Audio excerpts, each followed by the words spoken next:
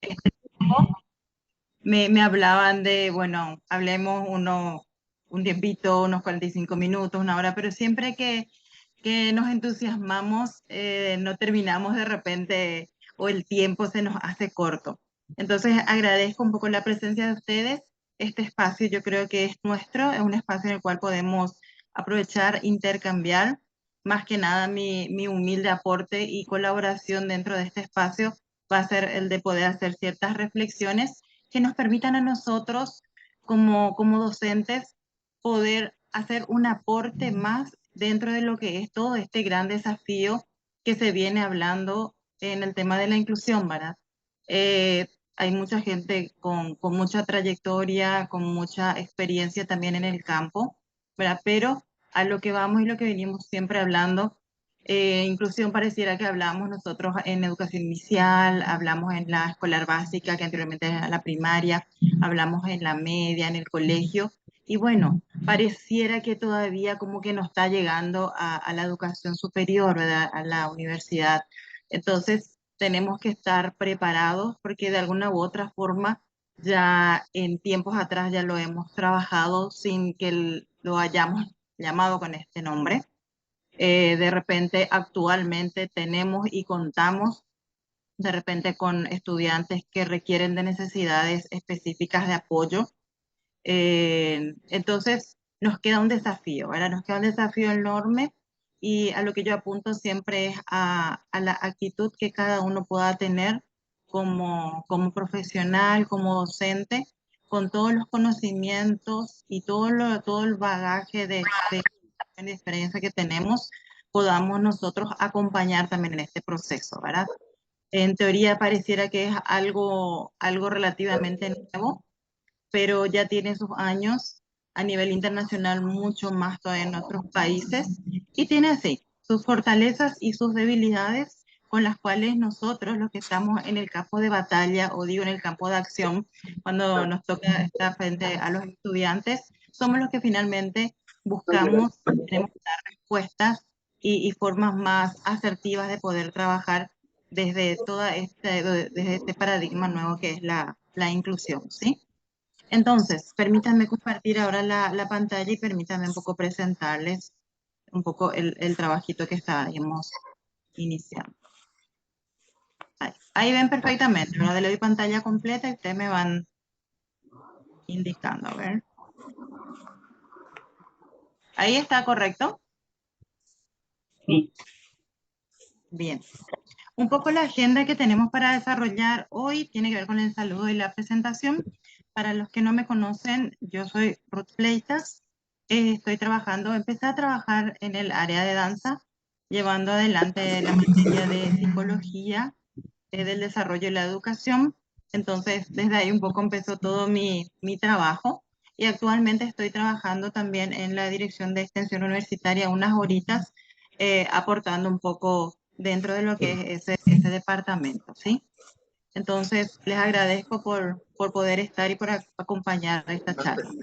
Vamos a hablar un poco de lo que es el marco legal, que de repente no vamos a estar detallando, no vamos a entrar en eso, pero sí saber que, Profe hola, Ruth, buenas tardes. Profe, nos sí, sale pantalla completa, así nomás igual, porque vos a lo mejor estás viendo completa, pero nosotros no. yo estoy viendo completa. No, nosotros no. Tenés que darle un Estamos F5. Justo envié un F5. comentario similar. Aguárdenme. Sí.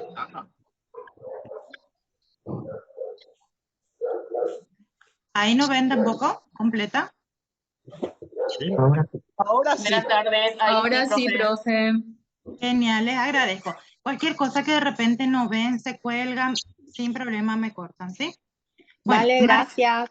el marco legal, que como les digo, nosotros no vamos a ahondar en artículo por artículo, ¿verdad? Pero sí conocer y saber que existe un sustento legal, ¿verdad? El cual está avalado todo este tema de la educación inclusiva. Conceptos generales que ustedes ya lo manejan. Vamos a tener un break virtual, capaz que a cada uno en sus casas les llegue algunos bocaditos, algo así. Y después hablar un poco de los desafíos dentro de lo que es la ¿Cómo? inclusión. la accesibilidad, la discapacidad y los Vamos a tener un ajustes break virtual, razonables, la profesora. las barreras, les gustó eso, el break virtual, ¿verdad? Las barreras Y y listo. estrategias y algunas conclusiones y comentarios finales.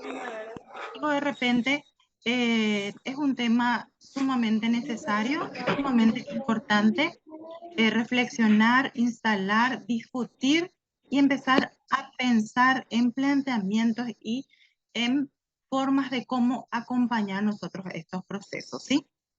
Entonces, sigamos un poquito avanzando. A ver.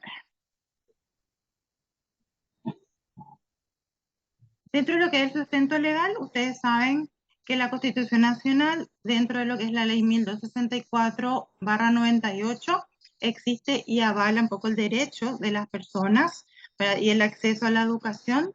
La Ley General de Educación también, dentro de lo que es la Ley 4995/13, la Ley de Educación Superior, la Ley 5136 de Educación Inclusiva, con todas sus reglamentaciones y todos sus lineamientos.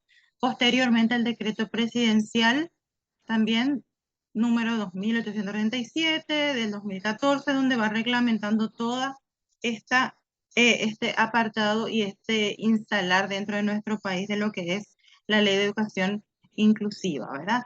Y también dentro de eso hay un artículo, específicamente el 2, donde de alguna u otra manera taxativamente expresa que todas las instituciones educativas, públicas, privadas y privadas subvencionadas por el Estado, de todos los niveles, y ahí es cuando nosotros ya entramos cuando hablamos de todos los niveles, inicial, media, y después lo que sería el nivel universitario y el nivel superior, ¿verdad?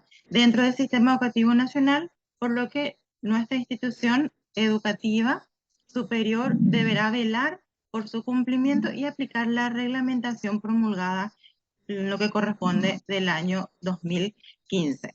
O sea, como sabemos, toda esta historia de la inclusión, desde que se promulgó en el 2013, esto va subiendo y va haciendo un avance progresivo dentro de lo que es la historia y dentro de lo que es el proceso de inclusión de los estudiantes, por sobre todo al sistema educativo, hasta llegar a lo que hoy en día nosotros tenemos dentro de nuestra educación superior y dentro de lo que son las universidades, ¿sí? Que nosotros tenemos como algunas reflexiones que propone la educación, que finalmente es un proceso dinámico, es abierto y flexible, que se encuentra en constante evolución, toma un tiempo y tiene todo un inicio, pero finalmente no acaba. Dentro de lo que es inclusión, es como que nos permite a nosotros dentro de nuestra aula, dentro de nuestro programa, dentro de nuestro planeamiento, nos permite a nosotros ir ajustando, adaptando y acomodando, que es lo que nos solicitan a nosotros, ¿verdad? Que de acuerdo a las características, de acuerdo a las capacidades, no precisamente a las dificultades, sino a las capacidades con que cuenta ese estudiante, nosotros podamos pensar de qué forma podemos hacer que esa información pueda llegar en mejores condiciones al estudiante, ¿sí? Atendiendo que finalmente, como yo suelo plantear en las otras charlas, todos somos diferentes. Ahora mismo nosotros estamos cerca de 80 partidos, más de 80 participantes, toditos somos diferentes, ¿sí? No hay uno que se parezca a otro. Entonces, ¿a qué apuntamos nosotros? Apuntamos a la diversidad.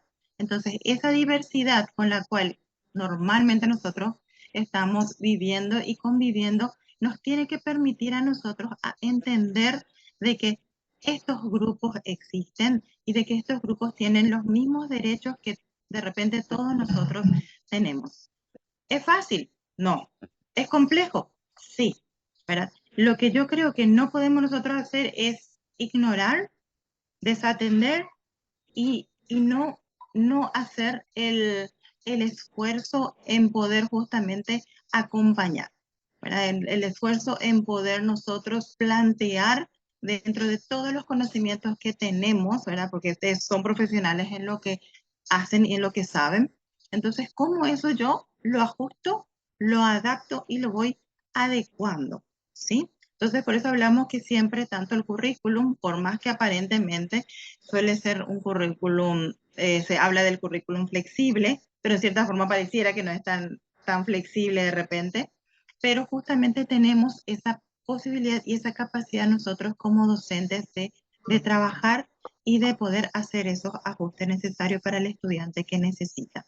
Hoy en día cuando hablamos de inclusión, no hablamos de inclusión solamente de personas que presenten alguna condición o que presenten alguna discapacidad en particular. Pero finalmente todos estamos incluidos o todos tenemos que estar incluidos dentro de lo que es esta sociedad, ¿sí? Entonces, cuando nosotros pensamos y cuando vamos a planear, cuando vamos a planificar, cuando vamos a pensar el cómo hacer, siempre pensamos en todos los estudiantes, ¿sí? Entonces, esa es un poquito la mirada a la cual nosotros tenemos que ir apuntando cuando hablamos de inclusión, ¿sí? ¿Cómo Pedro aprende? ¿Cómo aprende María? Ah, ya, Pedro es más visual, yo ya sé que es más visual, y yo sé que María es un poco más auditiva, y nos pasa a nosotros. Ahora mismo en la charla, algunos estarán mirando el PPT y les queda mejor, y otros estarán escuchando mi dulce voz, y con tal de que no se duerman, está todo bien, ¿verdad? Pero entonces como que auditivamente, y otros de repente tienen que estar manipulando, tienen que estar tocando. Entonces, en función a eso, conociendo las características de mis estudiantes con o sin discapacidad, yo siempre pienso y planifico y planeo de repente mis programas o el desarrollo de mis clases, ¿verdad?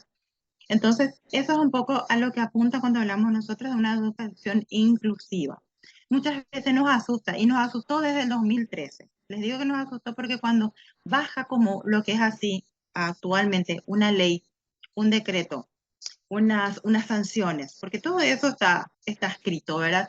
Es como que nos genera, por un lado, temor, ¿verdad? Temor a justamente a equivocarnos, temor a no hacer y que se nos denuncie, o sea, hay muchas cosas que alrededor nuestro va girando y es normal, es normal. Lo que no es normal es no dejar o no hacer nada, eso sí. Entonces, desde eso, desde que empezó a hacer ley, es como que pareciera que nos pesa más. Es como que nos cayó de arriba sin hacernos todo nuestro trabajito previo, como para que nosotros podamos entender, podamos empezar a trabajar y a pensar justamente desde la diversidad. Y digo esto porque para los que tenemos muchos años de servicio en la docencia, ¿verdad? Siempre hubo de repente estudiantes con discapacidad visual, sin que haya ley, pero estaban en las escuelas regulares, ¿verdad? Había chicos con discapacidad auditiva, pero estaban en las escuelas regulares. Y de repente, ¿qué hacían los profes? Les sentaban más cerca, le traían, le explicaban al resto. Entonces, de alguna u otra manera, como que se fueron dando estos procesos. Pero sí, desde el momento que se hicieron y que se hizo ley, es como que fue un poco más pesado de repente asimilar todo esta propuesta y este nuevo paradigma, porque es un nuevo paradigma realmente de trabajo y de educación que apostamos a nivel nacional e internacional, más allá de todos los derechos y el respeto hacia las personas. La educación inclusiva reconoce o valora la diversidad de las personas, ya sea por su edad, género, etnicidad, idioma, discapacidad, condición, ¿verdad? Diferentes tipos de situaciones, que es lo que nosotros queremos apostar. Permite que el sistema educativo responda a esas necesidades, que todos los estudiantes valorando sus propias diferencias individuales, ¿sí? Reconoce que todas las personas puedan aprender, pues no se enfoca en lo que ellas y ellos no puedan hacer, sino en lo que necesitan y pueden aprender con el apoyo y las adecuaciones apropiadas, ¿verdad? Es lo fundamental. Es brindar una ocasión realmente de calidad porque es pertinente, equitativa y es oportuna. Forma parte de una estrategia más amplia y la promoción de una sociedad inclusiva. ¿Qué es lo que nosotros queremos? Queremos que nuestros estudiantes, queremos que las personas con alguna condición, que las personas con alguna discapacidad puedan incluirse en la sociedad, puedan desenvolverse lo más íntegramente posible, tratando de ser lo más autónomos posible, dependiendo un poco de la discapacidad que presenten, y sean como un apoyo más dentro de lo que es este desarrollo, no que estén aislados.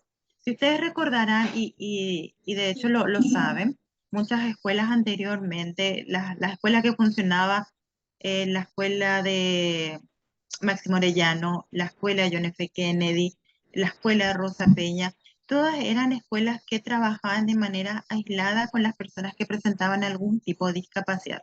Hoy en día esas instituciones desaparecieron, ¿verdad? Dejaron de funcionar como escuela y terminan siendo como centros de apoyo a la inclusión. Ahí, en teoría, tienen que estar profesionales para que estén brindando atención y que estén brindando ese apoyo a las escuelas regulares, ¿sí? A las escuelas regulares para que ese estudiante que tiene alguna necesidad educativa de apoyo específico pueda incorporarse más fácilmente, dándole las herramientas a quienes, a los docentes, ¿sí? A los docentes que son con quienes tienen que ir trabajando tanto el estudiante como los otros compañeritos y el propio docente. No es precisamente no va a ser o el profesor particular del niño en el grado o en la facultad o en la universidad, ¿sí? Sino que tiene que ser el sostén para el docente que le permita y le dé herramientas para que pueda acompañar ese proceso de formación de acuerdo a sus características individuales, ¿sí? Entonces ahí nosotros estamos formando un estudiante y una persona que el día de mañana pueda servir, se pueda ser útil dentro de su discapacidad, menciono nuevamente, a él mismo y a la sociedad. Entonces es como que nosotros vamos de alguna manera disminuyendo, ¿sí? Por decirlo de alguna forma, disminuyendo su grado de discapacidad y le vamos incorporando, ¿verdad? Dentro de lo que es la sociedad. Y a eso es lo que apuntamos cuando hablamos de sociedad inclusiva, ¿sí? Fíjense un poquito acá en esta imagen donde dice, y lo que anteriormente se trabajaba mucho, generalmente los apuntes de los profes. Se recomienda que el niño vaya a un aula especial porque es diferente, ¿verdad? Y miren la lámina, todos los niñitos bien peinados, anteojitos, bien sentados, y el niño que está despeinado es el niño diferente. O sea, hoy en día no es más lo que se estila. Y me hace recordar a una historieta de Mafalda, ¿verdad? Donde mostraba a varios estudiantes, a varias personas en fila, todos diferentes, vestidos de formas diferentes, peinados, físicamente diferentes, todos, y entraban como a una fábrica, ¿sí? Y al salir de esa fábrica salían todos así, igualitos como robots, eran robots los que salían, ¿verdad? Y no es lo que nosotros apuntamos, no solamente como educación inclusiva, sino como educación misma, ¿verdad? Nosotros apuntamos a formar, ¿verdad? Personas que puedan tener libertad de pensamiento, que puedan tener un pensamiento crítico, que sean independientes, que sean creativos. O sea, no apuntamos nosotros a tener personas homogéneas sin capacidad ni siquiera de discernir ni de tomar decisiones propias.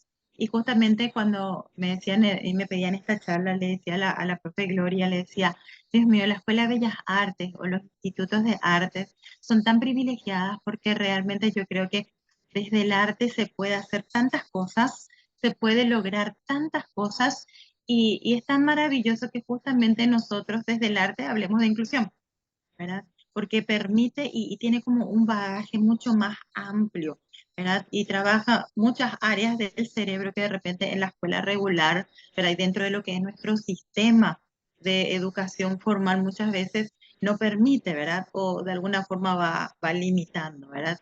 Entonces, a mí me maravilla que desde las artes nosotros podamos hacer, ¿verdad? Que realmente sea un espacio inclusivo y que permita al estudiante desarrollar todas sus capacidades e ir potenciando aquellas más o menos favorecidas, ¿sí? Una educación de calidad no tiene Hay manos levantadas.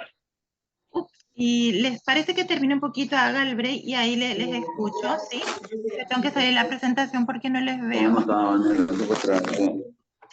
Una educación de calidad sin exclusiones significa que la acción educativa en sus diferentes niveles ha de estar orientada a lograr no solo el acceso, la permanencia y la conclusión de estudios, sino también el máximo desarrollo, aprendizaje y participación de todos y cada uno de los estudiantes. Hoy en día hay una realidad que nosotros no vamos a decir, la inclusión se está dando de manera maravillosa, porque no es cierto, ¿sí?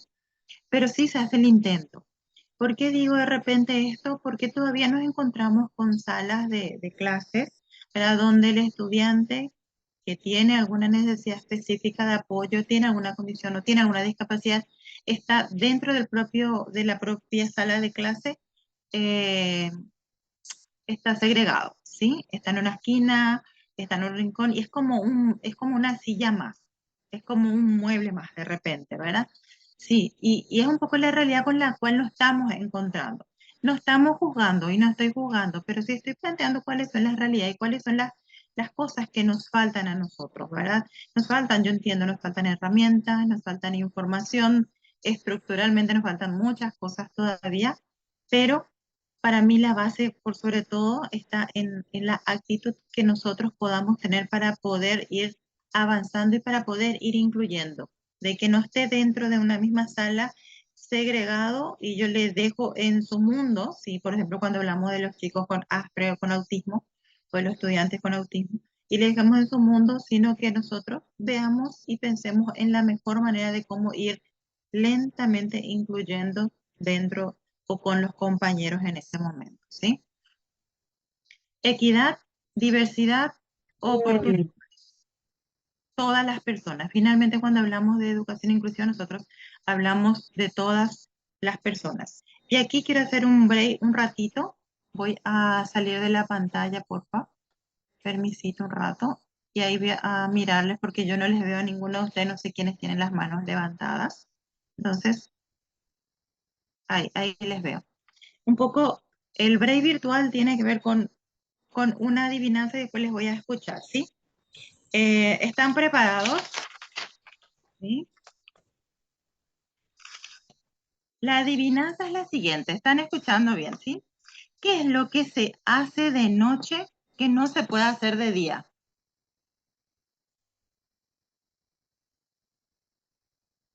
Ay, las mentes de ustedes, estoy leyendo pensamientos, ¿eh? Dormir, dormir. No, Soñar. no, por ahí, por ahí. Ay, bien, tiene un punto José Álvarez, trasnochar, dijo. Bien, le vamos a decir a María Eugenia que tiene un punto de asistencia. ¿Quién era? Jorge. Buenísimo. Y les cuento algo. Hay una frase que me gusta mucho y quería compartir con ustedes. A ver si ustedes saben, porque también tiene que ver con una adivinanza. Hay dos palabras que te van a abrir muchas puertas. Hay dos palabras que te van a abrir muchas puertas. Permiso. Gracias. Por favor. Gracias. Tire y empuje. Bien, ¿quién es? ¿Quién es? Claudia. Claudia Martínez tiene otro Sí. punto de asistencia. Ah, bueno, mentira, sí. Tire y empuje. Bueno, me encantó. Así, gracias, gracias por la buena onda. Bueno, Ábrete, sésamo. ábrete sésamo, eso también es otra. Profe David Luna. Sí, a mí me parece muy interesante la cuestión que se dé espacio a la inclusión. A mí me pasó cuando yo tuve inclusive a la que llegó a ser presidenta de la Asociación de Ciegos del Paraguay, como alumna en comunicación, y tenía que enseñarle a producir videos, ¿verdad? Y fue un desafío y todo eso, ¿verdad? Y vimos la forma en la que ella pudiera generar los guiones y ayudar en esa parte que era muy visual, ¿verdad? Pero que ella hizo la parte de la voz en off y fue como que colaborando en la medida que ella podía. Hasta ahí vamos bastante bien. Ahora, cuando tengo un caso de un alumno, por decir que tiene Asperger, que tiene autismo o digamos, tiene síndrome de Tourette o, otra de esos síndromes, me falta capacitación, me falta tener la visión de cómo debo actuar. Yo tuve un caso de un alumno que tenía que presentar el trabajo y comenzó a hacer movimientos raros y movimientos raros. Y yo le dije, mira, no hace falta que presentes, no hace falta que presentes, relájate, no hay problema, ¿verdad? Y no era ni siquiera que era estudiado, era un alumno brillante, pero simplemente tenía un ataque, ¿verdad? Después me enteré que tenía síndrome de Tourette y él acabó, rompió el llanto y acabó la clase más o menos. No pude seguir la clase porque no había clima para seguir la clase, ¿verdad? Entonces, en relación a esas cosas específicas, yo creo que sería muy interesante que nosotros tengamos una visión, por un lado, entender cómo debo yo actuar con una persona acorde al síndrome o a la situación que tenga, uno. Y dos, nosotros no tenemos diagnóstico. O sea, yo sé que tengo alumnos especiales, pero no sé cuál es su discapacidad o cómo está afectado y cómo yo podría ayudarle o, dicho de otra forma, potenciar su capacidad, como se plantea potenciar desde las artes. ¿Cómo yo podría potenciar eso para que él así aflore, que haga ¿verdad? Los trabajos y pueda darse bien? Nosotros creo que la mayoría de los docentes buscamos, ¿verdad? Que nuestros alumnos salgan adelante, que se proyecten, que sean excelentes, ¿verdad?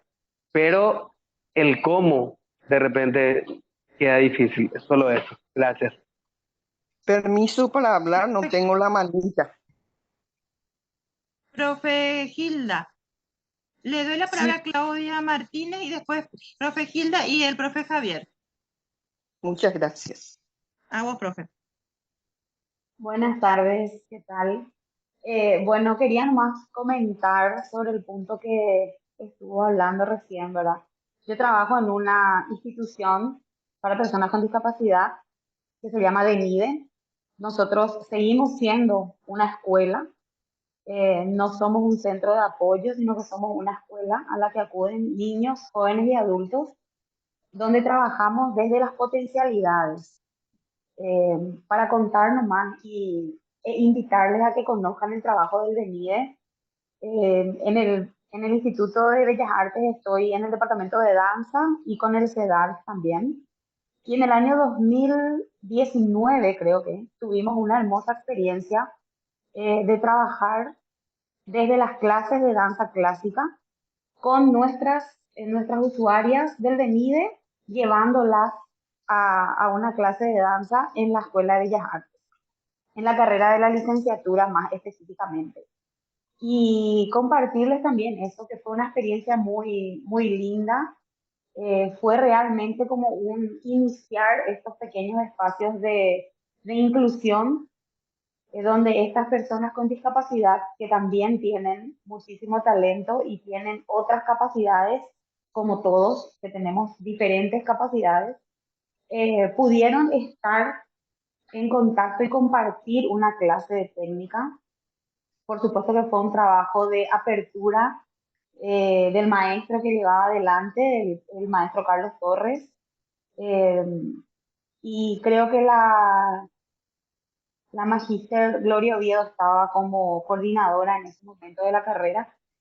Decir nomás también que es muy importante tener un equipo de red en red para trabajar desde las instituciones, porque a veces uno solo no hace, una sola golondrina no hace primavera, como dicen, ¿verdad?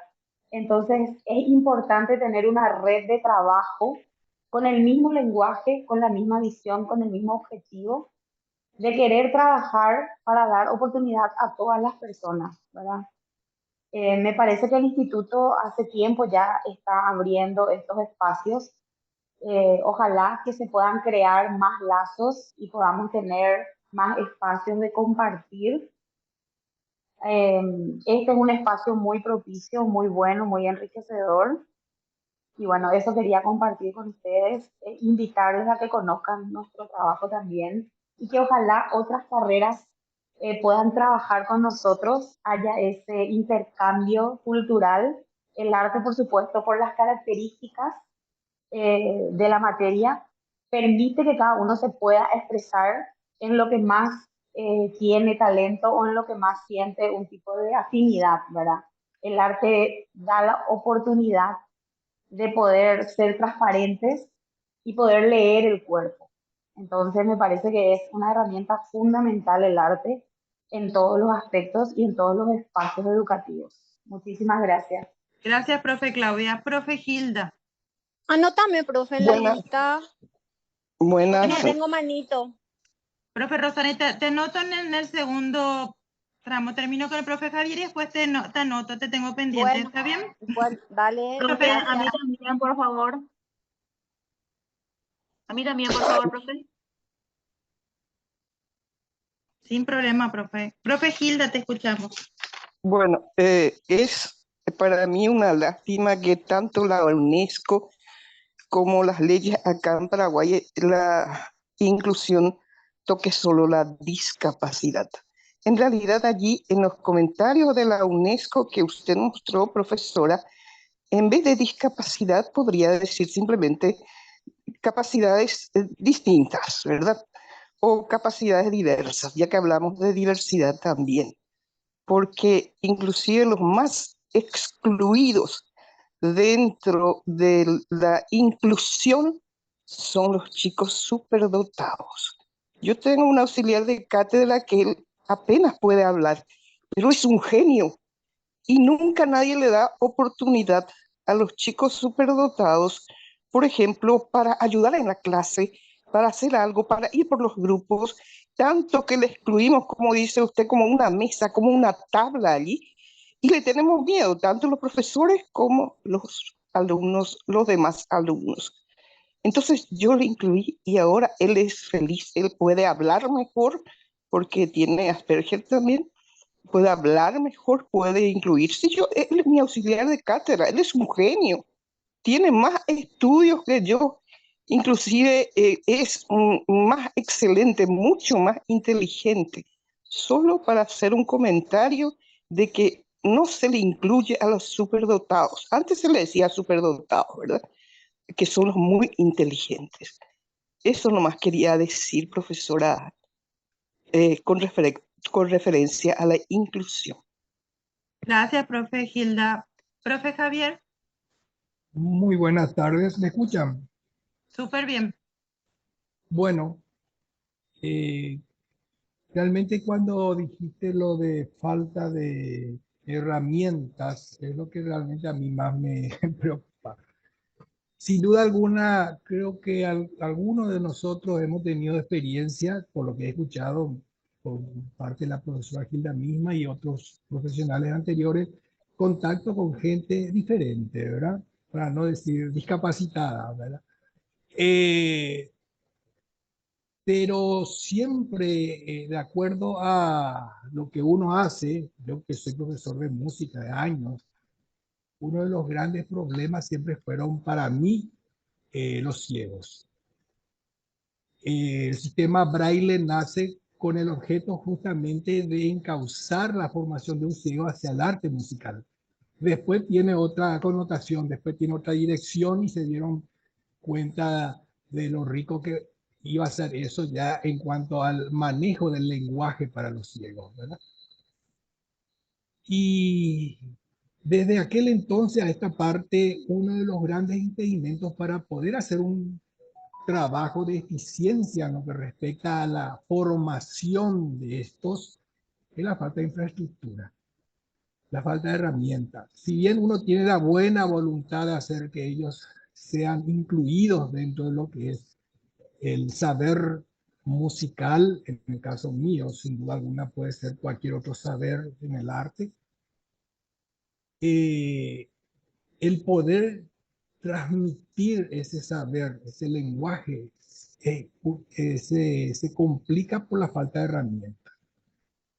Yo no sé si alguna vez en nuestro país va a haber una inversión justamente pensando en los ciegos. Yo estoy hablando de los ciegos porque es lo que está más próximo a mis experiencias, ¿verdad? Pero sin duda alguna la falta de herramientas para otras actividades también de gente con problemas diferentes al relacionamiento normal, ¿verdad? Eh, en música, una inversión costaría millones. Hoy en día la tecnología se ha ampliado, inclusive hay consolas donde ellos pueden leer una pantalla siendo ciegos, pero a través del sistema braille, ¿verdad? Inclusive dependiendo de qué tan moderno sea la herramienta, tan moderna sea la herramienta, habla por ellos, para que ellos sepan qué se está transmitiendo en una pantalla. Es tan inteligente hoy en día la herramienta que es posible para que ellos se puedan conectar y puedan aprender. Cuando uno les habla de un sinfín de simbología relacionado con el lenguaje musical, por lo menos ellos a través de esa consola, ellos ya saben qué símbolos son los que se están transmitiendo en ese lugar. Pero ¿saben cuál es el costo de una de esas herramientas? Una sola consola, $3.500. O sea que si vamos a ayudar a un ciego a leer la música, porque la música como es un lenguaje, así como todos los lenguajes, tienen esa parte, vamos a decir también, gráfica, ¿verdad? Que tiene que ver con el saber. No basta solamente con leer muy bien, hay que aprender a leer también, y eso significa conocer muchos símbolos relacionados con la lectura.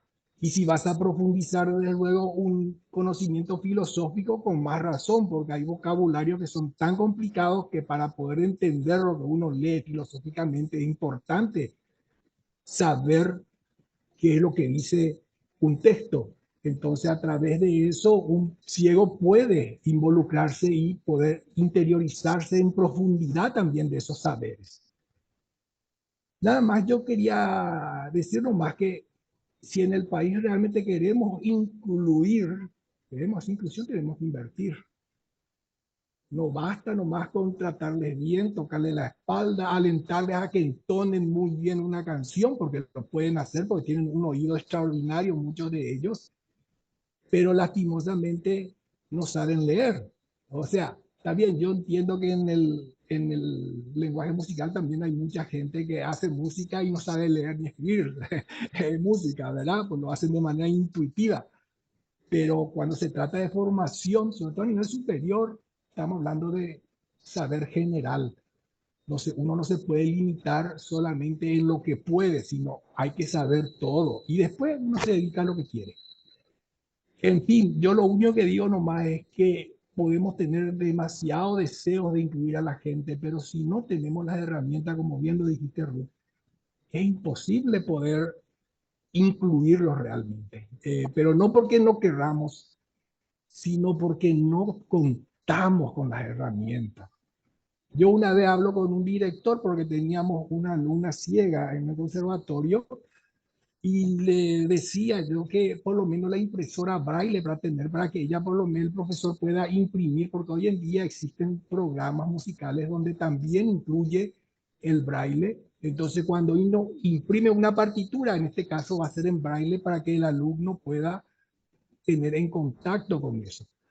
¿Y qué me dijeron? No, que aprenda a cantar nomás. Cuando se enteraron del costo de lo que salía en aquel entonces una impresora braille, ¿verdad? Bueno, esto a modo de ilustración nomás para que ustedes sepan que la inclusión no es solamente decirle a la gente, sé feliz porque te queremos. Tenemos que demostrar con herramientas. Y si el Estado no invierte en las instituciones, pues yo sé que debe haber muchísimos ciegos en todas las escuelas de este colegio o de esta nación, les puedo decir que de vale, vamos a hablar de inclusión. Es todo muy lindo, es todo muy poético, a mí me encanta que por lo menos se hable, pero no es suficiente. En fin, nada más quería aportar eso Gracias, para profe. reflexionar un poco. Gracias. Sí, gracias, profe Luna, Claudia, Hilda y Javier, ¿sí?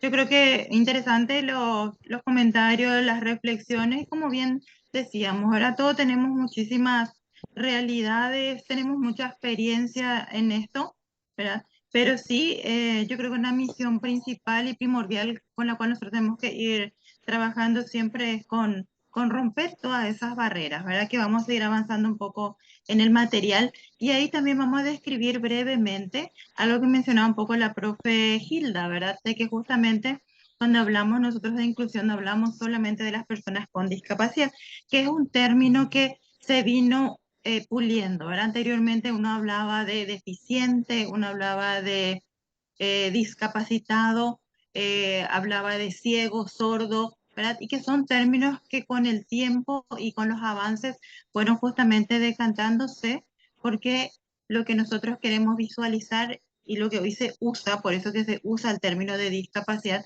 es persona con discapacidad. Se antepone justo esa palabra porque ante todo es una persona, ¿sí? Una persona con todos sus derechos, con ciertas limitaciones, pero es una persona con discapacidad motora. Es una persona con discapacidad. Es diferente a que yo diga un ciego, un sordo, ¿sí? Un paralítico. Entonces, es una persona, ¿verdad? Con discapacidad motora. Entonces, es un poco los términos que se fueron trabajando y fue lo último que dentro de todo lo que fueron los análisis, convenciones internacionales, lograron acordar y hasta hoy día ese es el término que se utiliza correctamente, ¿verdad? Persona con discapacidad, ¿sí? Entonces, continúo un poco con la presentación. Y me avisan, por favor, si están viendo en la pantalla.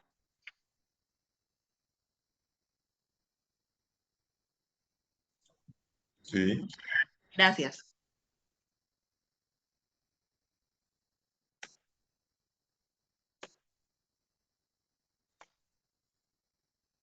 Ahí. Desafíos. Desafíos, muchas cosas que estuvieron planteando ustedes. Yo sé que muchísimas cosas tienen también con ganas de poder expresar, ¿verdad? Yo creo que esta primera charla que lo estamos teniendo nosotros acá, estas reflexiones, porque lo que estamos haciendo es reflexionar desde nuestra experiencia, desde nuestras realidades. Cada uno por fuera de Bellas Artes tiene otra vida profesional, es docente en otras instituciones o de repente en otros organismos, como lo mencionaba Claudia. Entonces, de todas maneras, es como que los desafíos siempre se nos presentan. Esta es una lámina muy popular y muy conocida donde habla de qué práctica educativa nosotros estamos evidenciando realmente o qué concepto de inclusión estamos evidenciando en nuestra práctica educativa.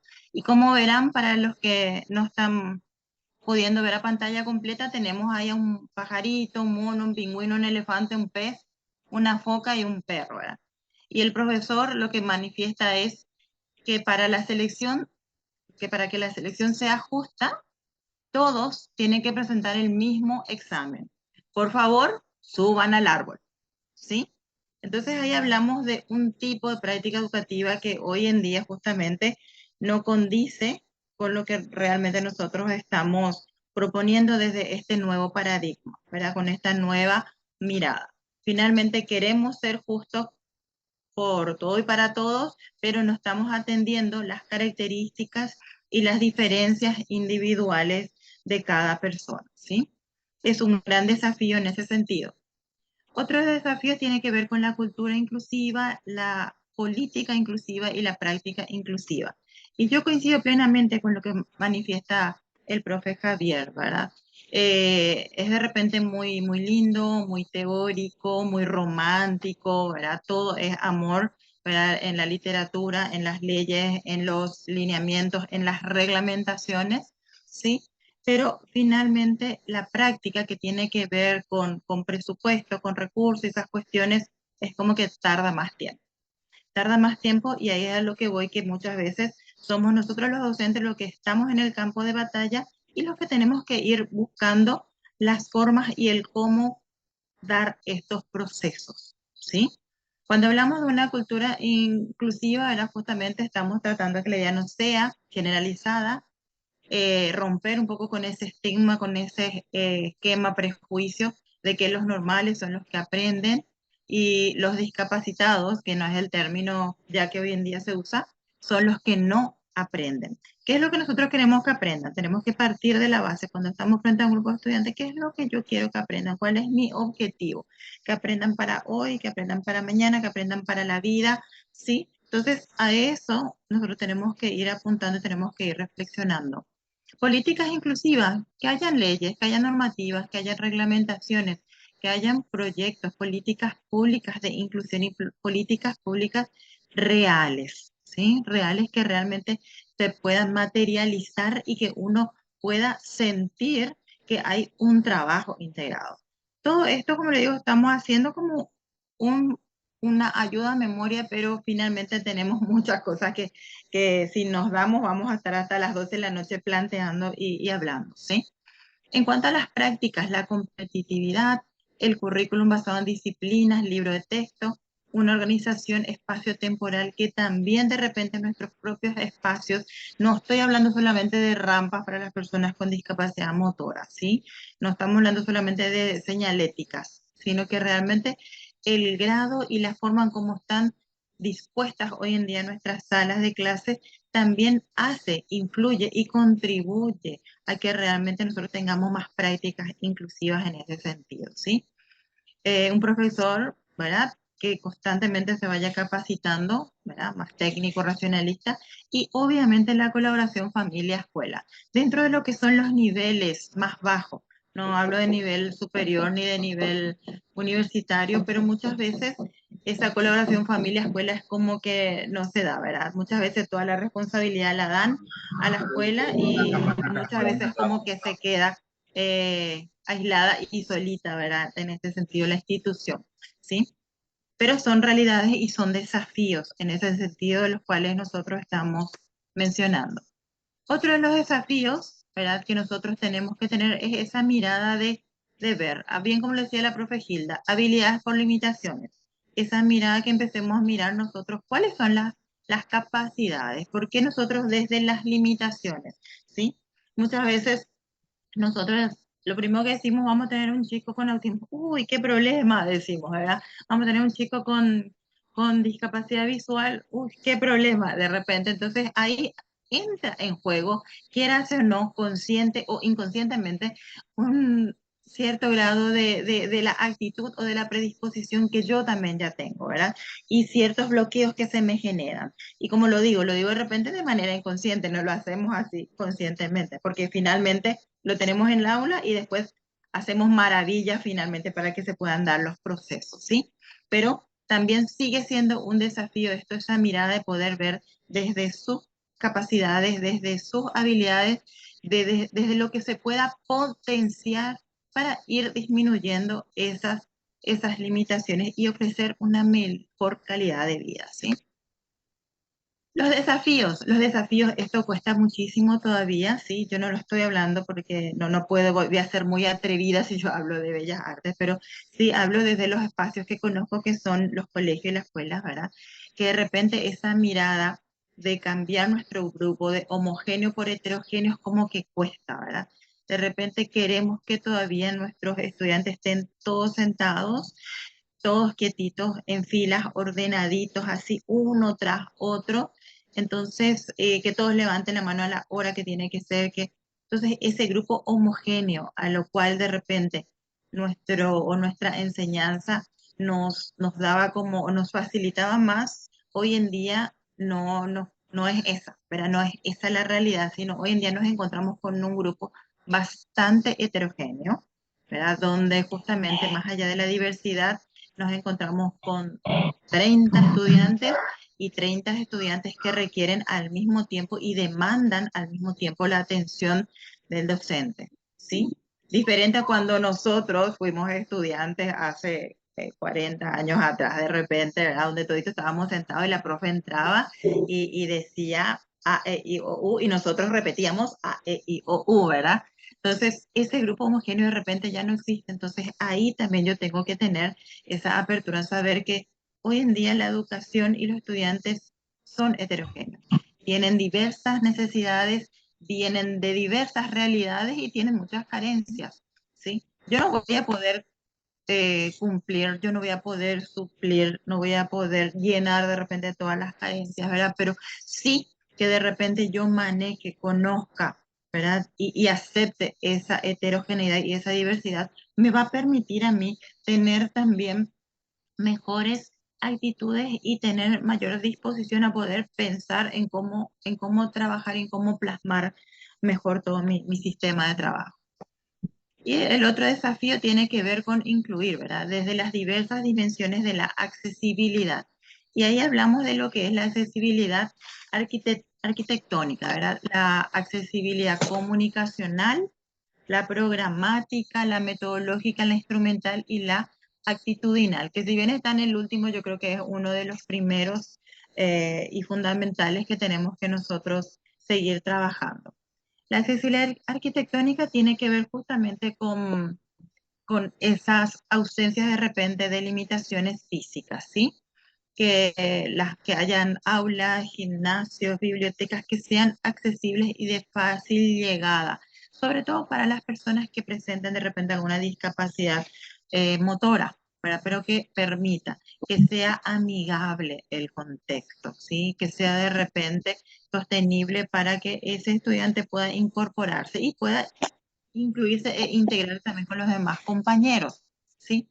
Accesibilidad comunicacional, hablamos ahí de repente de sin barreras en lo que tenga que ser la comunicación, ¿verdad? Que yo pueda tener diferentes estilos de comunicación, que si hablamos de repente de la discapacidad auditiva, estamos hablando de incorporar lengua de señas, ya el profe lo hablaba hace rato, eso también entra dentro de la accesibilidad instrumental también, el tema del braille, el tema del JAWS, es un programa también informático que justamente hace que los estudiantes no utilicen el braille, pero sí a partir de la escucha, ¿verdad? Le van leyendo los materiales, los libros, y así también se produce ese proceso de aprendizaje.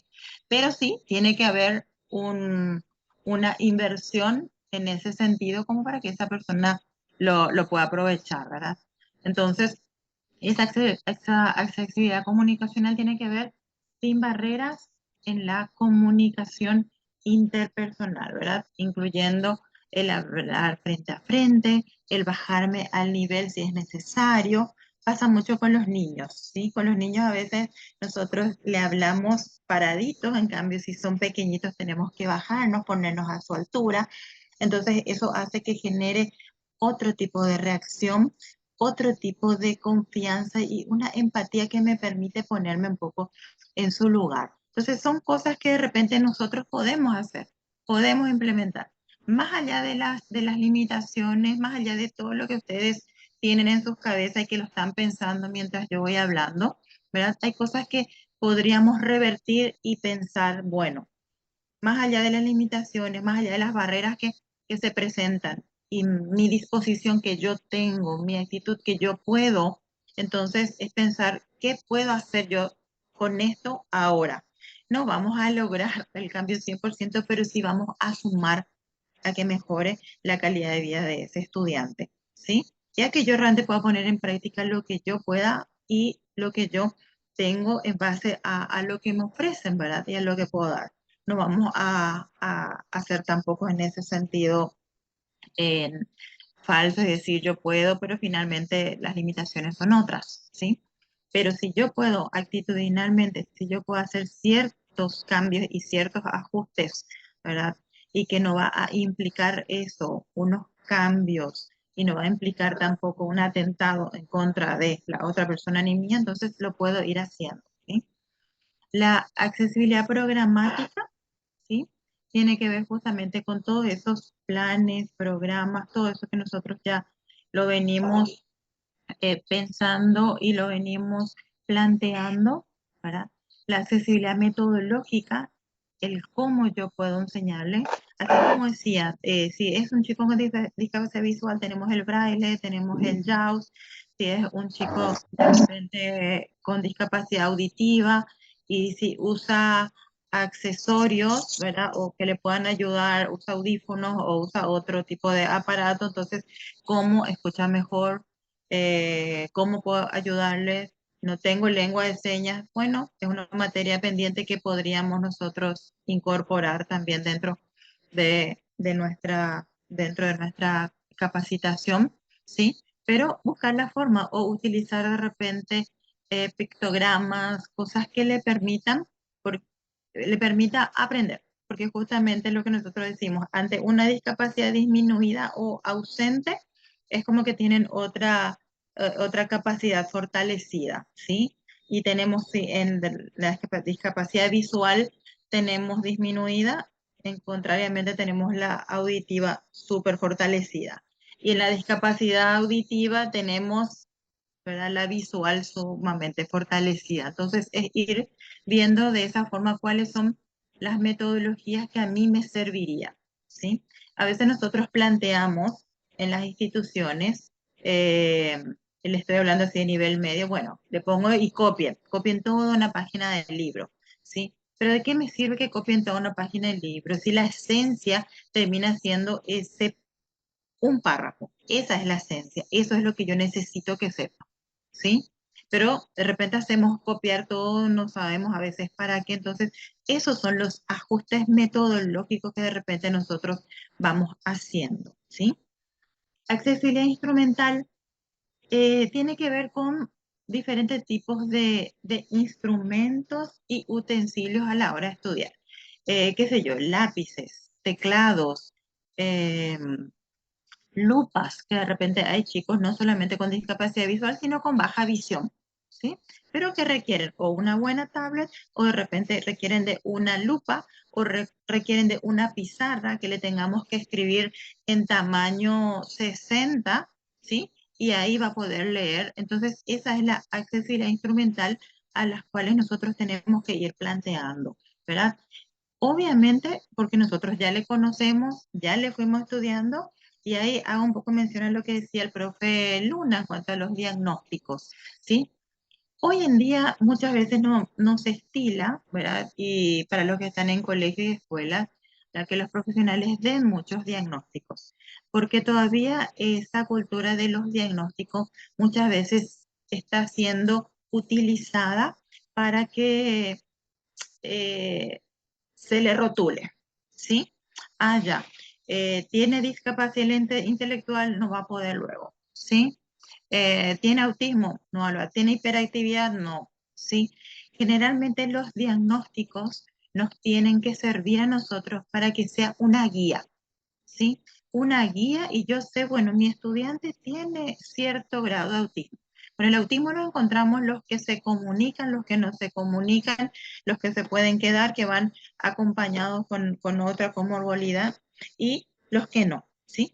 Entonces, a partir de ahí, bueno, este es el nivel que tiene, entonces, ¿qué yo puedo hacer? ¿Qué tipo de planteamiento? ¿Qué tipo de ejercicio? ¿Qué tipo de teoría? Entonces, ahí es en donde sí los diagnósticos sirven, ¿sí? Pero generalmente, ¿verdad? No estoy diciendo todo, así que por favor no se tomen por aludidos, por favor.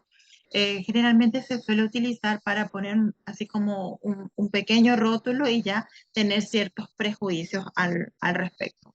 Pero en realidad tendría que ser una guía y nosotros como docentes dentro de lo que es esta formación de este siglo XXI, dentro de lo que es la educación inclusiva, dentro de lo que es la educación en líneas generales y planteando todo este modelo socioconstructivista que apunta a la educación, nosotros estamos o tenemos que ser facilitadores, ¿sí? Tenemos que ser facilitadores como para que el estudiante pueda ir construyendo su propio aprendizaje, ¿sí? Y por último tenemos lo que es la accesibilidad actitudinal, ¿verdad? Sin barreras sociales o culturales, esos prejuicios, esos estigmas o de repente esos estereotipos, ya que terminan muchas veces discriminando y que terminan excluyendo, es lo que nosotros tenemos que ir trabajando, ¿verdad?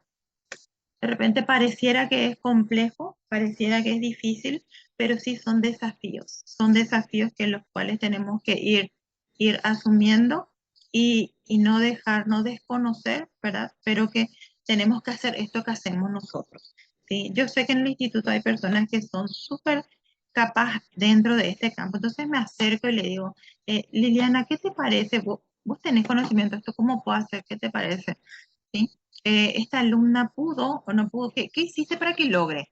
¿Sí? Entonces, esa experiencia y ese intercambio es súper rico, es súper válido y nos permite a nosotros seguir creciendo. ¿Y qué hacemos nosotros? Estamos colaborando a que esa persona se vaya promocionando y vaya llegando a lo que nosotros queremos, ¿verdad? Que concluya lo que es en este caso la educación superior, ¿sí? Acá está un poquito, lo voy a hacer rápidamente, son las 8 de la noche, ¿sí? Yo tengo para compartirle a María Eugenia unos links que yo sé que les van a ser de mucha ayuda, también unos videos así reflexivos de experiencias de educación superior en nuestras universidades. No lo quise compartir acá para no agotar todo el tiempo, porque me gustaba escucharles, pero sí los voy a compartir con María Eugenia para que ella a través de los correos pueda socializar con ustedes, ¿sí? Y yo sé que les va a ser de mucha ayuda, pero también queremos generar después otro espacio ya más específico. Yo creo que podríamos trabajar por áreas de discapacidad, por condiciones y hacer este planteamiento de metodologías y herramientas que nos puedan ser útiles. Acá dentro de lo que es educación inclusiva hablamos de alumnos con necesidades específicas de apoyo. Y ahí están todos los que tengan alguna que otra discapacidad, también los que son con altas capacidades intelectuales, profe Gilda, ¿verdad? Que antes les llamaban superdotados, súper talentosos, hoy en día le mencionan con altas capacidades intelectuales, personas que tienen trastornos específicos del aprendizaje, que por algún motivo de repente neurocognitivo o neuropsicológico, ¿verdad? Están teniendo ciertos trastornos y no le está permitiendo la adquisición regular, normal, natural. Qué sé yo, tenemos chicos con dislexia, ¿verdad? La dislexia es una condición con que se vive toda la vida, ¿sí? El chico con discalculia.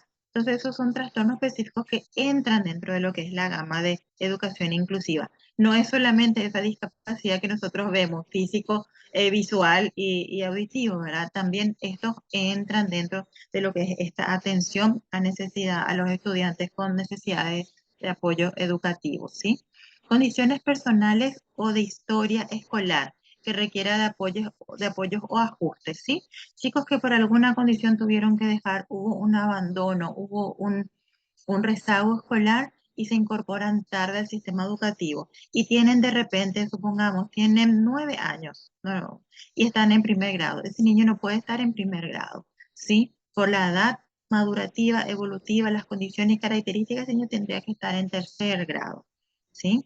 Entonces, son chicos que van entrando dentro de este sistema a los cuales va a estar compartiendo con sus pares, ¿sí? Pero se les tiene que hacer las adecuaciones y los ajustes para que pueda justamente ir alcanzando o ir equilibrando y nivelando de repente. Entonces, finalmente, no solamente son personas con discapacidad, sino también personas que tengan algún trastorno específico, por alguna condición personal, de historia, una situación de vulnerabilidad, las personas que de repente están migrando del interior vienen para Asunción porque consideran que son mejores las condiciones, ¿sí? Entonces, son finalmente personas que de repente no están pudiendo seguir el currículum o la propuesta educativa, entonces a quienes hay que realizarle los ajustes dentro de eso. Todo este PPT yo les voy a compartir, así que no se preocupen, ¿sí? Acá hace la descripción de cada una nomás. Acá nuevamente tenemos lo que es la discapacidad visual, tenemos la lectura en braille, la lectura en JAWS.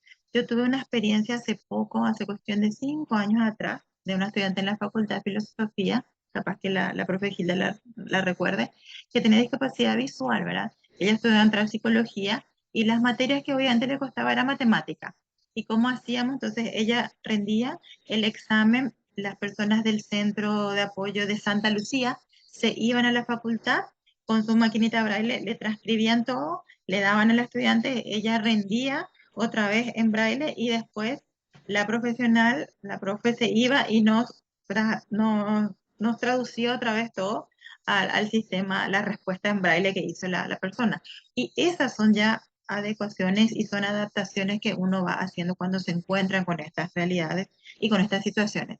Los compañeros que hacían ante las clases visuales le grababan audios, leían con ellas, entonces para que se den cuenta lo importante que genera y a lo que lleva o a lo que deberíamos apuntar nosotros con este tema de la inclusión o de la educación inclusiva, que es para todos finalmente. A lo que apunta es al aprendizaje colaborativo, a la empatía y a muchos otros valores que de repente nosotros nos perdemos, ¿sí? A veces como docentes nos quedamos en el contenido, en el currículum, contenido, currículum, pero de repente descuidamos otros aspectos que terminan siendo mucho más necesarios, ¿verdad? Mucho más necesarios, mucho más importantes y que permite justamente tener una mejor calidad de vida dentro de ese contexto, ¿sí? Acá hablan un poco de lo que son las barreras en cuanto a la discapacidad visual y de repente algunas estrategias, ¿sí? Yo no puedo decirle, no hay un modelo, no hay un protocolo, porque finalmente la creación o la creatividad de acuerdo al contenido, a la materia que cada docente tenga, es lo que va a hacer y va a generar para que se realicen este tipo de situaciones y de adaptaciones, ¿verdad? Algunas estrategias, dice, propiciar la interacción entre pares, para favorecer la inclusión social. Sienta a los educandos con baja visión en la primera fila, cerca del pizarrón. Atender si la iluminación del espacio y la distancia son las adecuadas según las necesidades del educando. Son estrategias que de repente eso lo puedo hacer. Eso yo tengo, no necesito de otro tipo de infraestructura, no necesito de otros recursos, entonces ir pensando, no ya dejarle en el fondo. Y si usa anteojito, tengo que saber si tiene miopía, tiene astigmatismo, si su dificultad es de cerca o de lejos, de acuerdo a eso yo me muevo y yo le muevo o le facilito, ¿verdad? O esas ayudas que mencionamos anteriormente, pizarras, lupas, tablets, cosas así que le permitan colaborar en su proceso de aprendizaje. En cuanto a la discapacidad auditiva, ya sabemos que tenemos diferentes niveles, que hablamos desde leve, moderado, severo y profunda. Están los que realmente adquieren el lenguaje comunicativo, vamos a decir expresivo, y los que están utilizando lengua de señas. Así que todo es todo un desafío también para nosotros como educadores y docentes, ¿sí? Algunas estrategias que podríamos ir viendo tiene que ver hablar siempre de frente, buscando la mejor iluminación posible, favorecer la comunicación, tratar de que la distancia sea inferior a 3 metros y evitando en la medida de lo posible los paseos por el aula, no hablar mientras se escribe en la pizarra de espalda. Y fíjense, me da un poco de gracia esta parte porque nosotros, yo que de repente ya tengo muchos años encima, discapacidad auditiva, y hay veces que repetime por favor, ¿verdad? O sea, sin darnos cuenta nosotros también, ¿verdad? Vamos cayendo y vamos disminuyendo en ese sentido y llega un momento que hasta nosotros nos encontramos dentro de esta situación. Entonces, ¿qué necesitamos? Repetime otra vez. Ay, no te escuché, ¿verdad? Entonces, ese tipo de cuestiones también se nos presenta hasta nosotros mismos en nuestro cotidiano, ¿verdad? Utilizar las manos con señas y gestos para dar más énfasis a lo que se dice. No temer a la repetición para lograr que el alumno capte lo que se está diciendo, ¿sí? Dentro de todos estos nuevos paradigmas hablábamos de la repetición, ¿verdad? No hay que repetir, hay que usar la memoria, que tal cosa, pero lo que nosotros hoy cuando hablamos mucho de inclusión decimos cómo se forma el tapepo-i, ¿verdad? El tapepo-i se forma así, pasando y caminando varias veces, y ahí se formó el tapepo-i, ¿verdad? Y el aprendizaje en muchos casos es memorístico y en algunos casos funciona repitiendo, ¿verdad? Entonces, es válido. Yo creo que no todo hoy en día está desechado, sino hay que tomar lo mejor de cada uno y de acuerdo a esas características del estudiante poder implementarlo, ¿sí? A la hora de enseñar se debe apoyar mucho en los ejemplos y mostrar detalladamente el paso a paso o proceso para llegar a un resultado. Hay chicos que leen los labios. Como dijimos, dentro de la discapacidad auditiva hay los que son bastante visuales. Les ayudan mucho los pictogramas, ¿sí? Lo mismo los chicos con autismo, ¿verdad? Se trabaja mucho con pictogramas, se trabaja mucho con rutinas. Siempre hay que anticiparle los hechos. Yo a un chico autista, antes de salir de mi casa, yo le tengo que explicar qué es lo que tengo que hacer. Bueno, vamos ahora a ir a la escuela, vas a verla a tu profe, tengo que tener todo preparado y tengo que prepararle para que justamente cuando se encuentre ante la situación y ante esa realidad no le genere todo ese desajuste, ¿verdad? Entonces también con los chicos con discapacidad auditiva, los pictogramas, los dibujos, porque son muy visuales, les ayuda y aprenden bastante por ese lado. Y por otro lado, la discapacidad física, que no vamos a leer qué es porque ya lo sabemos, ¿sí? En barreras de todo tipo tienen, ¿sí?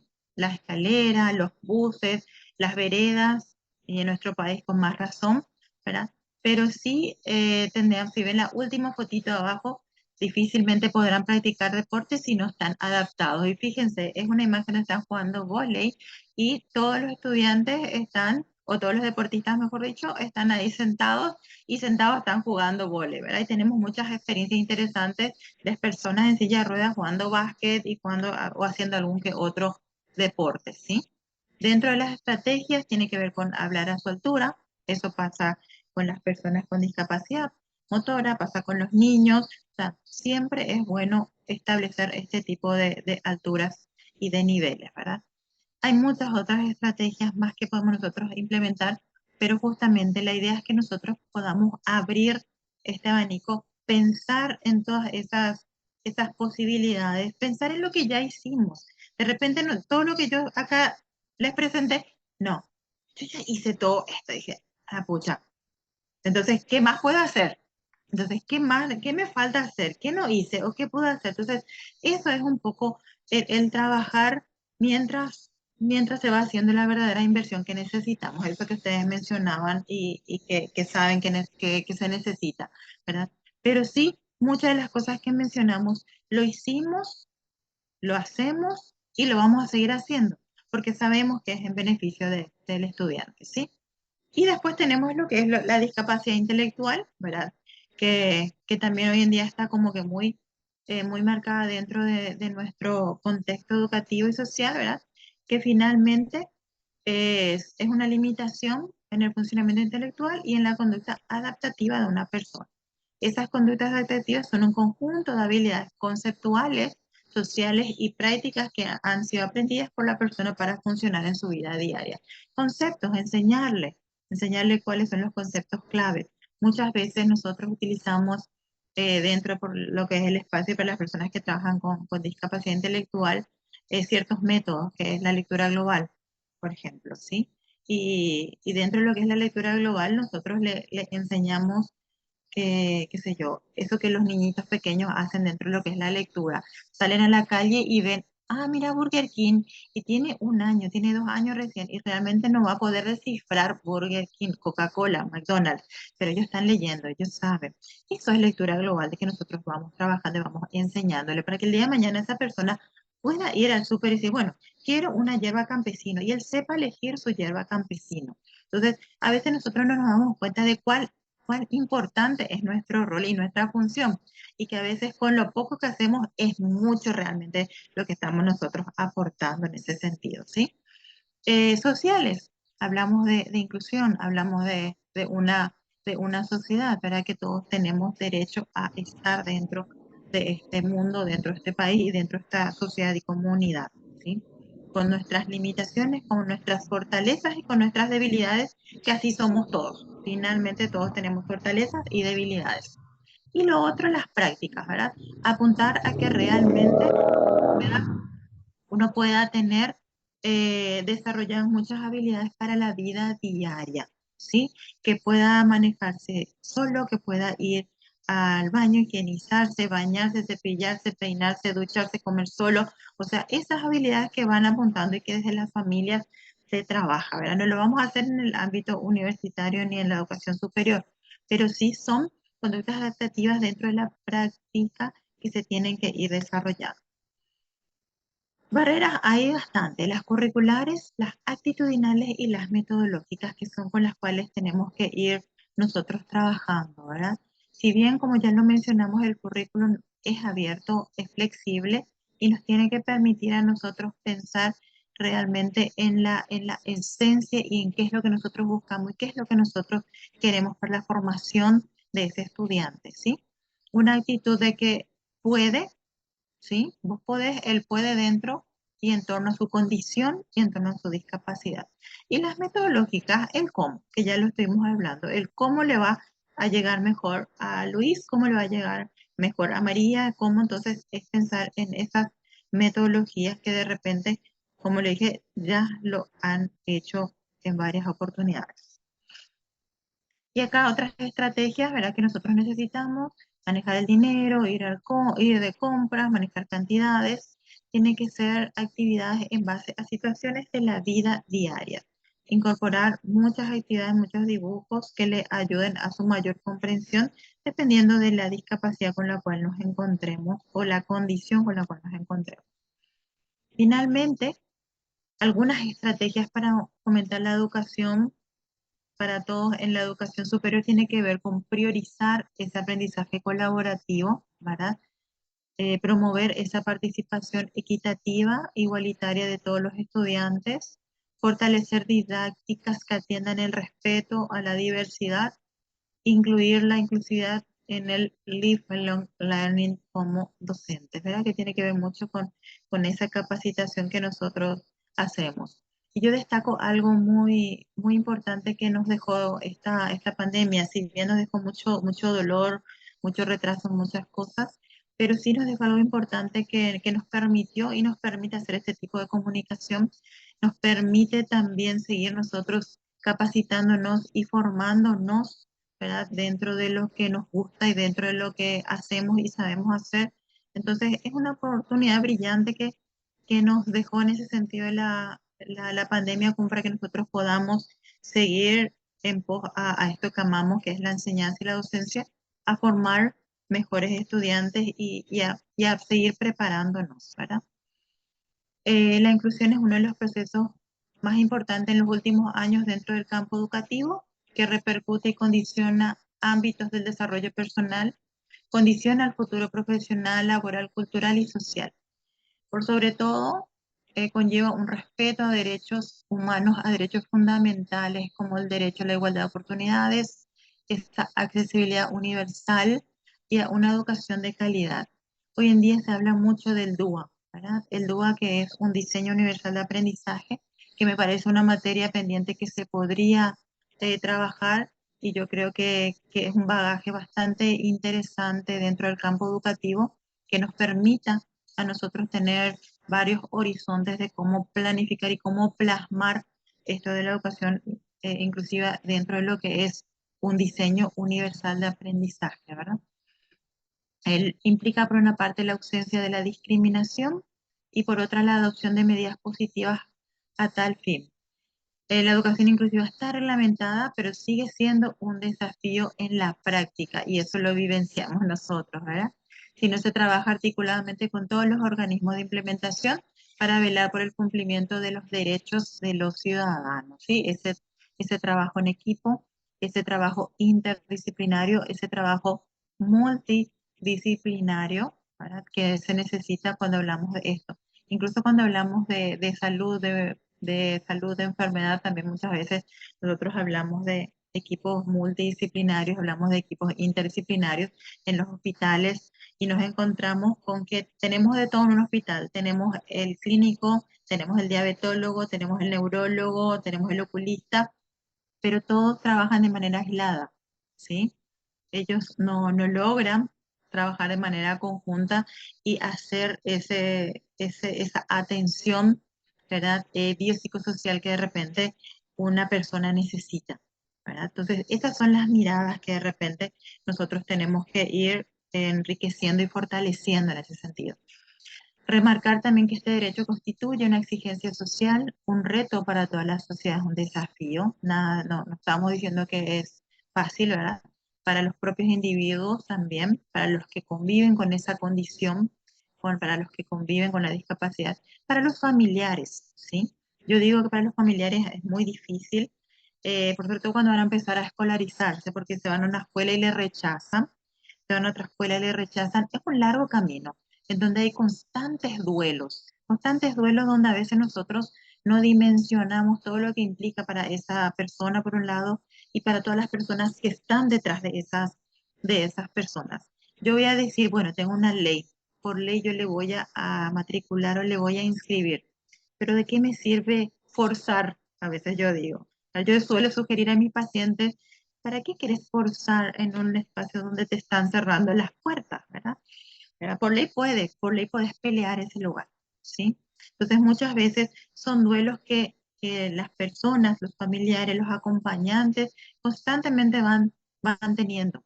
Por eso decimos que es un reto para todos finalmente. Una prioridad ha de ser, por tanto, la formación y preparación de los docentes en la educación superior. Yo creo que nosotros tenemos muy buena base, tenemos muy buena intención en ese sentido, a fin de poder responder de forma ajustada a las variadas situaciones de inclusividad que plantean los alumnos y especialmente los más vulnerables, ¿sí? Y por de pronto, muchas gracias. Voy a dejar de compartir un poco la pantalla, por favor. Y hago un último break, después le escucho a las personas que le anoté, ¿sí? Un último break, que bueno, no es un break, pero les digo, es una frase. Me da mucha rabia que hablen cuando interrumpo, ¿sí? Y el otro que también me pareció muy lindo compartir, dice, eso es un pendiente que creo que todos tenemos, ¿verdad? Tengo que ir al oculista, pero nunca veo el momento. Bueno, así que realmente les digo, quedamos cortísimos con esto. No, el tiempo y si nosotros vamos a hacer necesitamos hasta presencial y tener así un lápiz, un escribir, sacar, cortar, armar el rompecabezas, desarmar otra vez el rompecabezas, ¿verdad? Pero sí, yo creo que las intenciones están puestas. Tenemos muchas personas que dentro de la institución nos pueden acompañar, ayudar y entonces hacer eso, hacer como ese trabajo colaborativo que es lo que nosotros necesitamos para seguir creciendo dentro de nuestra institución, para seguir fortaleciendo y apuntando a lo que nosotros estamos haciendo, que es un poco esta educación de calidad dentro de lo que es Bellas Artes.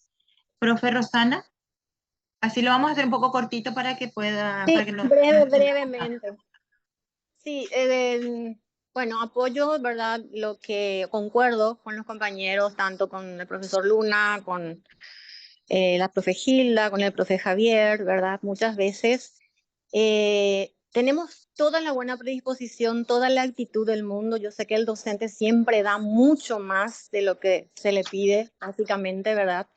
Pero nosotros necesitamos realmente, como dice ahí, ¿verdad? En la ley de inclusión, en el artículo 7, 8, 9, creo que la profesora Norma Santa Cruz compartió, un apoyo técnico. Necesitamos un fonoaudiólogo, necesitamos un psicopedagogo, necesitamos un equipo que sostenga al docente, porque nosotros no vamos a poder ser todólogos.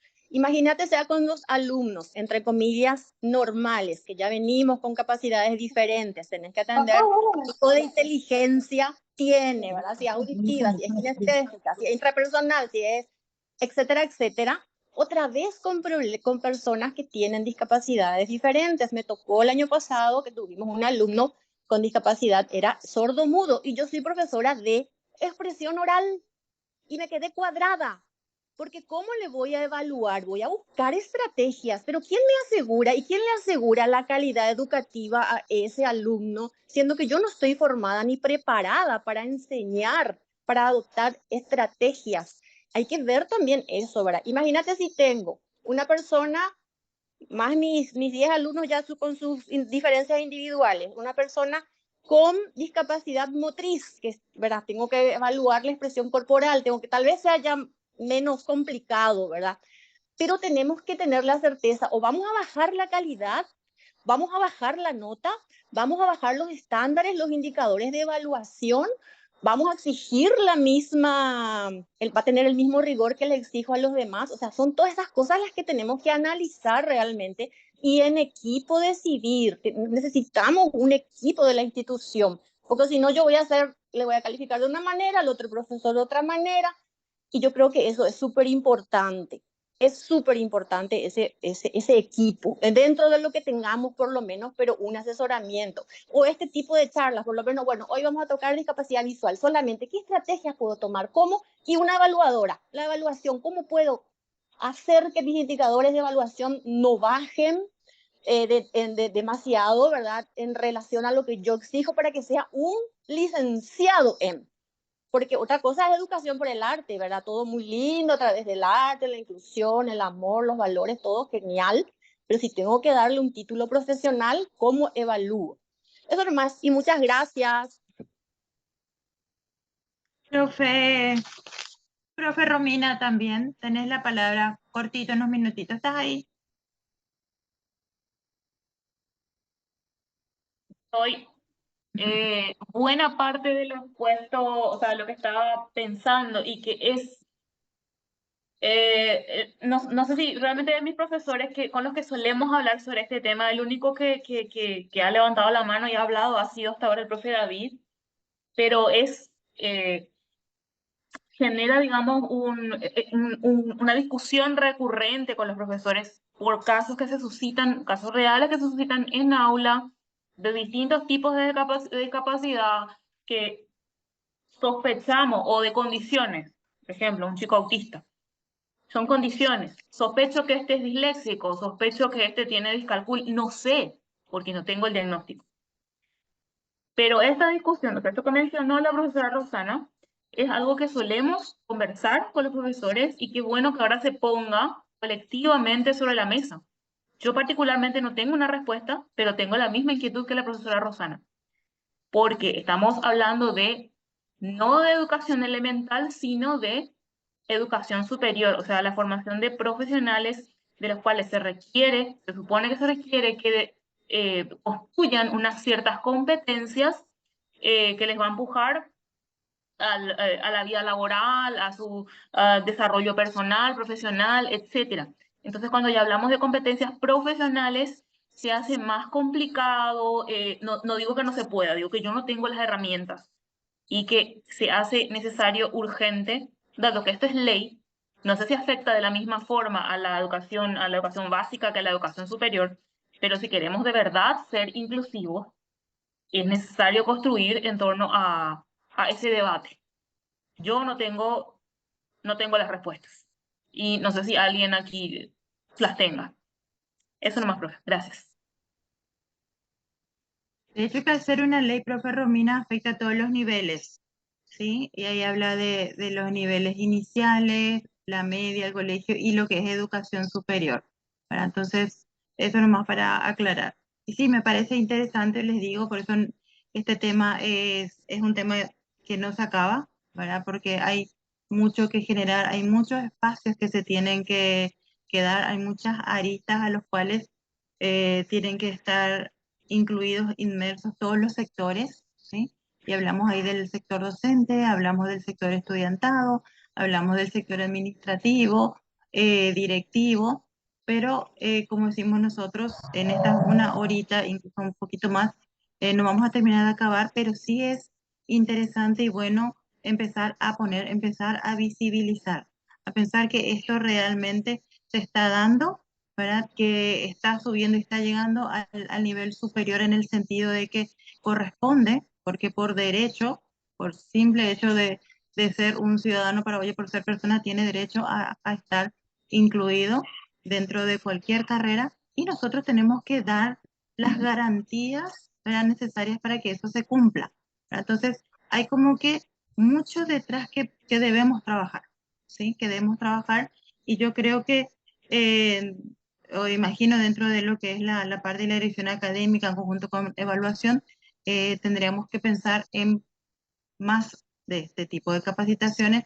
Como ya lo mencioné hace rato, tiene que ver con trabajar áreas, con trabajar condiciones, con trabajar discapacidades y plantear así todas esas cosas bien concretas, ¿sí? Inclusive podríamos trabajarlo por carreras, ¿verdad? O sea, si bien lo decían, es diferente la carrera de música, la carrera de teatro, o sea, cada una tiene otras sus particulares y sus realidades dentro de lo que es esto, ¿verdad? Pero el hecho de que nosotros podamos empezar a plasmarlo, empezar a visibilizar, visualizar y empezar a internalizarnos y a discutir y que nos genere por lo menos ese ruido, ¿sí? Eso es bueno, ¿sí? No ser totalmente ausentes, no ignorar. Entonces, ese ruido nos va a permitir a nosotros poder movilizarnos, que es lo que queremos también, ¿sí? Gracias, profe. Está el profe Federico, así 5 minutitos, y por el profe Miguel Ángel, para no robarles mucho tiempo. Sí, cómo no, Profe yo estoy. Federico. Federico Barrios, sí. Bueno, a mí me parece muy interesante y el aporte fundamental de esta ley, de esta política, es que la educación empiece a ver la diversidad. Y eso es muy importante porque está diseñada para la uniformidad. Y basta ver cómo están equipadas las instituciones, basta ver cómo están equipadas las aulas de la escolar básica, de la educación media, para dar incluso las áreas de servicio. eh, Ahí no hay diversidad, hay uniformidad hasta hoy. Entonces, la educación superior va a recibir el resultado de los niveles anteriores, ¿verdad? Entonces, eh, ¿qué resultado vamos a recibir? Y yo comparto completamente las inquietudes de los otros colegas con respecto a este tema, ¿verdad? A mí me parece muy importante el cambio de actitud de los docentes en escolar, en inicial, en escolar básica, en educación media. Me parece fundamental. Pero no puede reposar sobre ese único elemento la educación inclusiva. Y si eso está ocurriendo, como veo que ocurre, o sea, por lo menos yo veo que los docentes están muy presionados con ese tema, cuando en realidad hay como 7 ejes que usted mencionó, que son las adecuaciones en distintos ámbitos y que no están presentes esas adecuaciones. Entonces, ¿qué resultado puede sacar? Un docente no puede inventar la rueda. Es decir, hay problemas específicos muy graves en algunos casos que nunca van a poder ser resueltos con la creatividad del docente. Pero me parece muy interesante la apertura actitudinal de los docentes hacia la diversidad de los tipos de estudiantes, ¿verdad? Puede llegar a ser muy útil para discapacidades relativas, condiciones relativamente leves. Pero cuando vienen casos de discapacidades múltiples, etcétera, el docente no puede hacer absolutamente nada. O sea, es imposible integrar a esa persona a un grupo de chicos y tampoco se puede trabajar bien cuando se tienen muchos alumnos. Una docente que tenga 25 o más alumnos a su cargo, ¿cómo se va a ocupar de una persona que tiene necesidades específicas? Eso escapa ya de sus posibilidades. Entonces, me parece que hay muchas cosas pendientes que hay que manifestar, pero a mí me parece muy importante el aporte de la valorización de la diversidad, después también el aprendizaje colaborativo, eh, la diversificación de los métodos, etcétera. Pero nuestro currículum sigue siendo dirigista, ¿verdad? El propósito del maestro sigue siendo lograr en determinada competencia que no está en las posibilidades muchas veces de personas que tienen ciertas condiciones, ¿verdad? Entonces, ¿cómo va a trabajar el docente? Va a olvidarse de los otros estudiantes y centrarse en ese que requiere condiciones específicas. Es muy complicado cuando la discapacidad es severa. Por eso yo creo que el apoyo técnico multidisciplinario tiene que ser una condición transversal para la educación inclusiva. Para hablar de educación inclusiva tiene que proveerse esos apoyos técnicos. Bueno, gracias. Eso es todo. Perdón. Y otro tema, me parece que el ISBA tiene mucho que hacer para apoyar a la educación inclusiva en las escuelas y colegios a través de los recursos artísticos. Bueno, gracias. Muy amable. Gracias, profe Federico. Profe Miguel Ángel.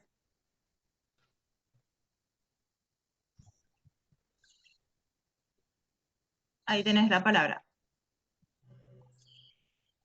Bueno, Federico dijo mucho de lo que yo pensaba también y comparto con él. Yo estoy a favor de la diversidad y de la inclusión. Sin embargo, no podemos olvidar que muchas variables escapan de nuestro control como docentes y que el problema tiene muchísimas aristas. Ahora, en relación a lo que había mencionado el profe Romina y también había mencionado el profe Federico, es que nosotros formamos en el IJA profesionales. Algunos de estos profesionales van a trabajar para ayudar al desarrollo de competencias de otras personas, o sea, deberían trabajar. Si es que ingresan al campo de la educación, entonces, ¿cómo se haría eso con personas que tienen limitaciones del tipo que mencionó el profesor Federico, por ejemplo? Entonces, son muchos los desafíos sobre los que tenemos que pensar. Y también trabajar las políticas institucionales, porque si bien es cierto, se puede ser políticamente correcto y decir, bueno, esta es una institución que acepta la diversidad, que no tiene problemas con la inclusión, pero al interior de la misma, en el momento de desarrollar los distintos programas y conseguir el resultado que se espera que consigamos con cada uno de los estudiantes, bueno, allí se plantean dificultades, ¿verdad? Entonces necesitamos esas políticas, entre muchas otras cosas, ¿verdad? Esto, gracias. Gracias, profe Miguel, y gracias a todos. Sí, yo creo como ya les mencioné, me parece interesante este tipo de apertura, este tipo de espacios, ¿verdad? De repente hasta lo podríamos hacer presencial porque las cosas se tienen que debatir, se tienen que reflexionar, se tienen que discutir, ¿verdad? No justamente no es para segregar, no es para discriminar, sino como para pensar, ¿verdad? Porque realmente necesitamos aunar esfuerzos, ¿verdad? para que nosotros podamos seguir dando lo mejor de nosotros, apuntando un poco a todo eso es lo que ustedes mencionaban, ¿verdad? Yo sé que ahora se está trabajando en ciertos protocolos, de repente se está tratando de ver de acceso, que no justamente tendría que ser una limitante para el ingreso, ¿verdad? Pero sí que nos permita a nosotros tener un conocimiento de los estudiantes. Ese protocolo de acceso para mí no debería ser solamente para el que tenga una discapacidad, el protocolo para todos, ¿verdad? Porque finalmente, como les dije, todos somos personas, todos tenemos derecho y todos tenemos que estar, ¿verdad? Entonces, no sé, yo soy alérgica a, y bueno, que eso me figure en mi ficha de inscripción, en el protocolo, ¿verdad? ¿Me entienden a lo que voy?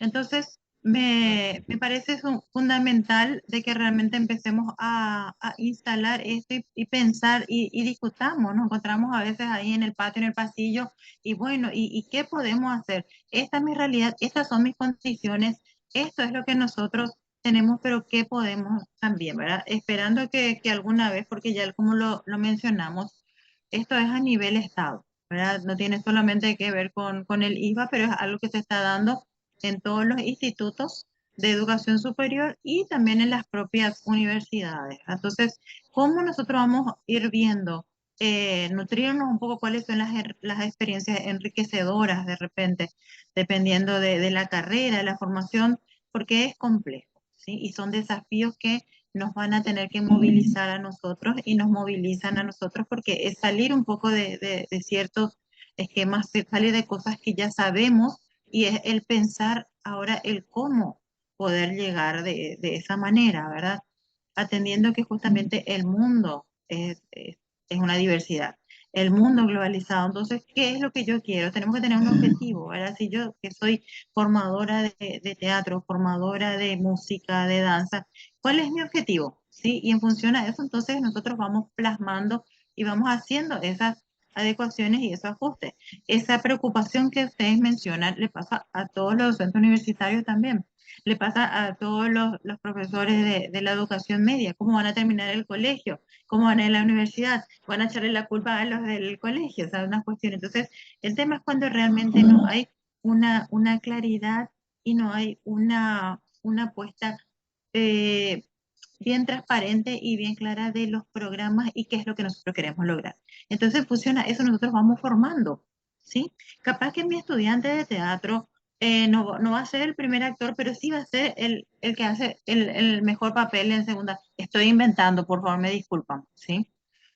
Va a hacer la mejor actuación pasando no sé, la cortina, qué sé yo, estoy inventando, ¿verdad? Pero es ahí donde nosotros justamente los docentes tenemos que ir visibilizando y tenemos que conocer a nuestros estudiantes con sus características y en función a eso ir pensando e ir apuntando para que llegue a algo.